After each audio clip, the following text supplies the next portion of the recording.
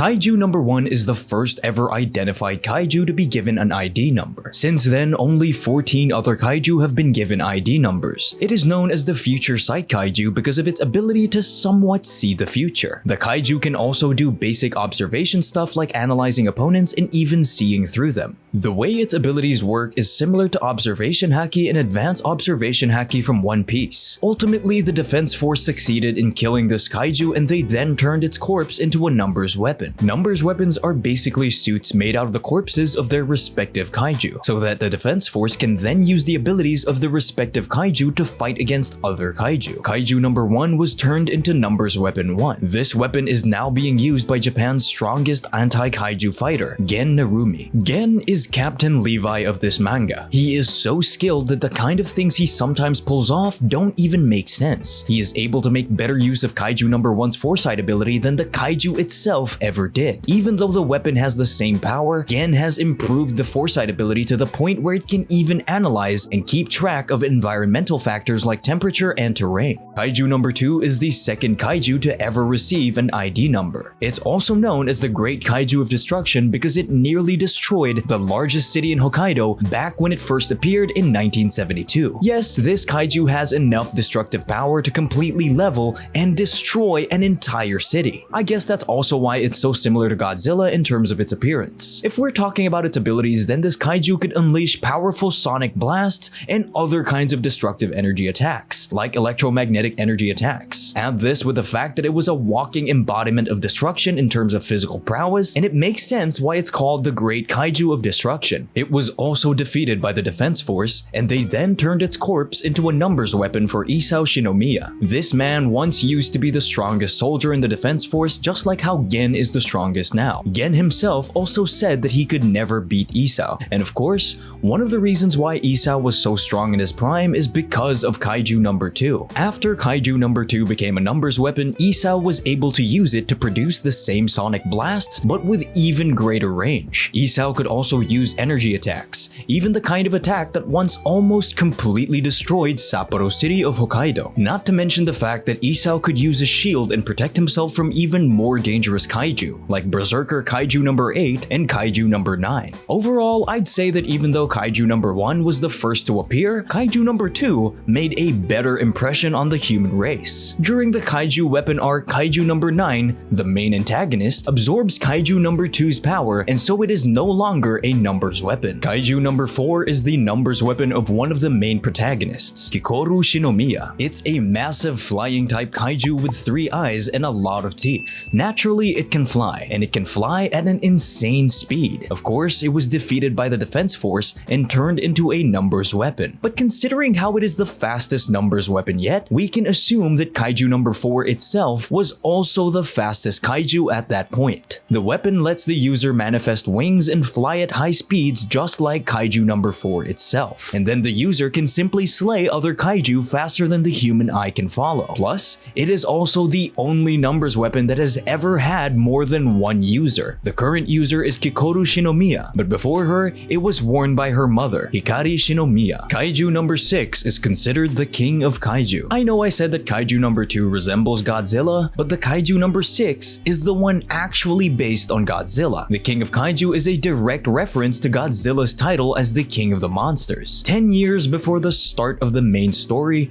this kaiju resulted in the deaths of 200 defense officers and 3 captains. Kikoru's mother, Hikari, was also one of the victims. It was eventually taken down and converted into a numbers weapon, but no one was compatible enough with this weapon, at least not until the main story started. This makes sense because Kaiju number 6 had a fortitude level of 9.6. That is the second highest fortitude level ever recorded, and it is only surpassed by the protagonist Kafka himself. Guys, fortitude is basically the amount of power a kaiju can release at any given moment. No wonder Kaiju number 6 is considered the king of kaiju. It has shown the greatest fortitude level of any pure kaiju ever. If we're talking about abilities, then its primary ability is cytokinesis. It can cause giant snowstorms and bring about the kind of weather that made people also call this kaiju the symbol of despair. After it was ultimately taken down, down and turned into a numbers weapon, the weapon continued to emit a cold aura for the next 10 years until Renault Ichikawa, one of the main characters, was shown to be compatible with this weapon. Guys, this is by far the most powerful and the most dangerous weapon the Defense Force has ever created. The fact that it took 10 years to find a compatible soldier is a testament to Kaiju No. 6's pedigree. And even now, after all that has happened, Renault has only been able to use as much as 51% of the weapon's power. That's more than enough in most cases though, because Renault can freeze most enemies with a mere touch, even at a fraction of the suit's power. The numbers weapon suit also gives him crazy speed, reflexes, and endurance. Truly, the king of Kaiju. Kaiju No. 8 is the main character of Kaiju No. 8. You see, Kaiju No. 8 is unique among all identified Kaiju as it's actually the transformed state of our main character, Kafka Hibino. After an unknown Kaiju entered his body, he gained the ability to transform into a Kaiju. And guess what? In his transformed state, he showed the highest ever recorded Fortitude level of 9.8. He is absurdly powerful. He can take out most Kaiju with a single punch. He becomes the Saitama of the Defense Force. He has ridiculous durability that allows him to shake off critical injuries as if they were mere scratches. Heck, not even scratches because he has regenerative abilities. His speed and reflexes are insane. He can easily dodge Soshiro Hoshina's sword strikes, even though Soshiro Hoshina is even better than Gen Narumi when it comes to decisive sword strikes that take out small and medium-sized Kaiju. Kaiju No. 8 has things like Energy Roar that can neutralize attacks from other Kaiju. This worked even on Kaiju No. 9, the main antagonist of the story. He was also able to disrupt the regeneration of the same antagonist, which means that Kafka has the ability to disrupt regeneration of his enemies. To add to all of this, he can use Energy Boost, Shapeshifting, and even Gigantification. And finally, he has Kaiju Localization Sense. Tells him when another Kaiju will appear near him, or if another Kaiju is already close to him. Thanks to Soshiro Hoshina's training, he learns some fighting fundamentals and becomes proficient in hand-to-hand combat as well. Overall, it's safe to say that Kafka Hibino, Kaiju No. 8, is most likely the strongest Kaiju of all time. Mysterious Larva is what we call the tiny Kaiju thing that turned Kafka into Kaiju No. 8. By itself, Mysterious Larva is pretty weak, definitely among the weakest creatures in the story, but we have to keep in mind that this creature is more like a parasite than a beast. It is a parasite that was born from the false samurai and other warriors that died fighting Kaiju the Daikaiju of the Meireki era that appeared in 1657. This is why this Kaiju is so hostile against other Kaiju. It's because, as we see in chapter 117, this larva was born from the hatred and regrets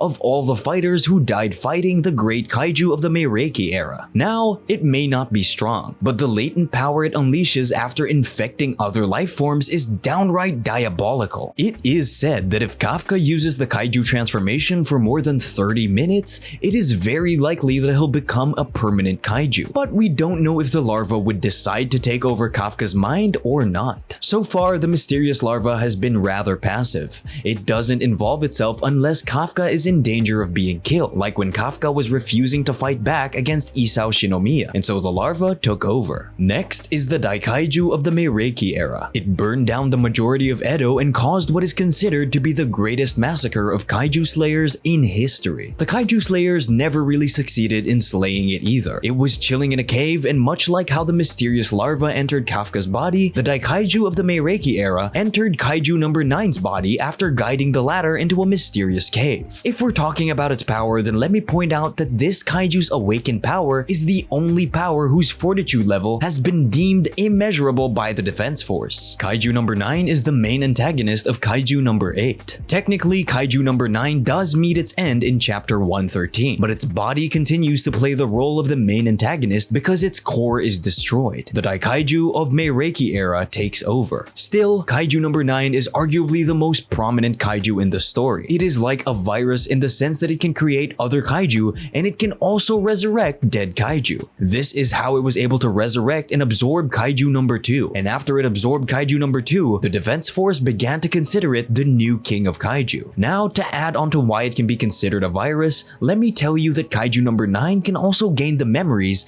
and powers of those he consumes. It doesn't matter if it's a Kaiju or a human. If it consumes you, it can also get access to your memories. It can even fuse with other Kaiju to transform into other forms, and it can create different kinds of clones that are just as powerful as itself. All of this in addition to insane shapeshifting and regeneration powers. Then we have abilities like energy attacks, force fields, and even camouflage. Guys, Kaiju number 9 wasn't always strong. It started off as a weak little monster that was guided to a cave where it met the Daikaiju of Meireki era and fused with it. This was revealed in chapter 114. In the end, Kaiju number 9 is an intelligent and careful monstrosity who always stays calm and watches everything closely. The author made sure to represent it like a chess player who doesn't care about losing pawns as long as it can win the game. Who knows? Maybe by the time you watch this video, it has already returned in one way or another. Kaiju number 10 is like Goku in the sense that it loves fighting more than any particular cause or end goal. It was created by Kaiju number 9, but after being defeated by Soshiro Hoshina, it personally wished to be turned into a numbers weapon for Soshiro Hoshina, because even if it changes sides, at least it gets to continue satisfying its thirst for fighting. Yes, exactly. It had no problem betraying Kaiju number 9, even though Kaiju number 9 is the one who created it. If we're talking about abilities, it has things like speed, strength, durability, gigantification, shapeshifting, and regeneration all maxed out. In terms of unique abilities, it can fire projectiles and control other Kaiju fodder using sonar signals. It's pretty competent, and I guess that's the reason why Soshiro Hoshina once considered it to be on the same level as Kaiju number 8 of all Kaiju. Kaiju number 11 was also created by Kaiju number 9, and it's one of Gen Narumi's many victims. This Kaiju is based on a fish, and its special ability is hydrokinesis, as in, it has the power to control water and use it for offensive abilities, kind of like Dagon from Jujutsu Kaisen. Gen Narumi is the strongest soldier in the Defense Force, but this was a particularly troublesome opponent even for him, because the water-based ability was a bad matchup for Narumi, who relies on electrical inputs to figure out his opponent. Though this was also the battle where Narumi evolved his foresight. He evolved his foresight and took care of Kaiju number 11. Kaiju number 12 is an improved version of Kaiju number 10 that was also created by Kaiju number 9.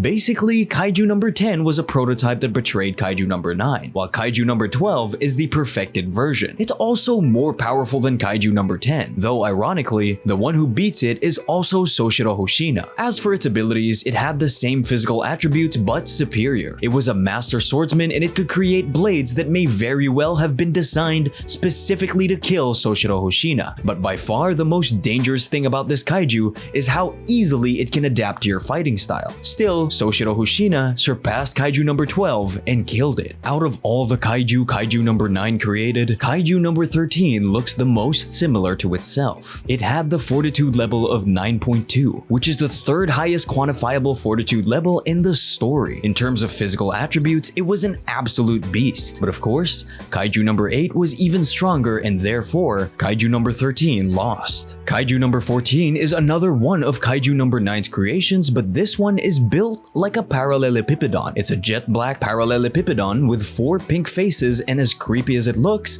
it's also pretty strong. Its powers are about levitation, teleportation, energy attacks, and force field generation. It doesn't have any major physical attributes, but in terms of being a monster, it clears. White Monolith Kaiju is Kaiju number 14's sibling. They are pretty much the same. The main difference is that while Kaiju number 14 is black, this one is white, and it also smiles more. Another difference is that while Kaiju number 14 is dead, White Monolith Kaiju is alive. Kaiju number 15 is the last Kaiju to be given an ID. It was created by Kaiju number 9, and what makes it stand out is the stupid number of brains attached to its feminine body. It ultimately became Kikoru Shinomiya's victim, but it was the worst kind of opponent for her because of how easily it can manipulate its opponents. You see, this Kaiju's special ability is psychological manipulation. It can do things like telepathy, memory induction, and mental control. Using these abilities, it does exactly what a therapist would do if your credit card declines. It gets into your head and messes with you by creating illusions in a separate mindscape. So why was it the worst kind of opponent? It's because it forced Kikoru to live through her childhood trauma. Though ironically, it was the same as Kikoru. It wanted the approval of Kaiju number 9 because Kaiju number 9 was its parental figure, but it died a pathetic death because as Kaiju number 9 couldn't care less about it. Philinosoma and Trichonophila are massive lizard-like kaiju. They are both the same type of kaiju, but while Philinosoma are 60 meter tall, Trichonophila are smaller and look like spiders. They are 10 meters tall and usually appear around Philinosoma, as in the Philinosoma are Honju, while the Trichonophila are Yoji. The Yoju are small kaiju that accompany Honju, which are the strongest kaiju outside of the identified kaiju. The fortitude level of a Philinosoma is 6.0 in the manga, though it's only 3.5 in the anime. Progenius are cow-like kaiju. The main Honju Progenius is 6 meters tall and has no eyes. Its fortitude level is around 5.4, while the Yoji Progenius are 4 meters tall and their fortitude level is only around 2.5. They are usually used in Defense Force qualification exams. Myxogastero and Phaneropolis are destructive and devastating fungal-like kaiju. A Myxogastero is 150 meters tall Honju with a fortitude level of 7.1. Phaneropolis are Yoju. They are between 3 to 7 meters and their fortitude level is 2.3. The interesting thing about these is that they can reproduce and multiply even from their corpses. Plus, their cores are located in unusual positions, which is why you need genuine skill to quickly take care of them. Priondactyl are two-legged winged creatures with fire-spitting abilities. They are based on Wyvern and are 14 meters tall. Their fortitude level is over 6.0, and what's impressive about them is how they can fly up to 8,000 meters and even fuse into something like a bomb. Kaiju number 10's kaiju control ability was able to put them under his control though. Third wave are unidentified Daikaiju with a fortitude level of 8.0. They are thoughtless and silent, and they were created by Kaiju number 9 in chapter 97 for the sole purpose of slowing down the defense force by keeping them preoccupied with these absurdly strong yet mindless Daikaiju all over the country, particularly in Tokyo. Finally, we have all kaiju types that have not been named yet. In addition to all the identified Daikaiju and named kaiju types, we also have unnamed kaiju types like the giant ant-like kaiju that release acid, the mole-type kaiju that were used as a test for Renault Ichikawa, the lizard-type kaiju with acidic saliva, the crab-like kaiju with adhesive abilities, and finally, the plant-type kaiju that grow and release seeds. We don't know the names of these kaiju or even the name of their types, so I decided to put them all together as unnamed kaiju types.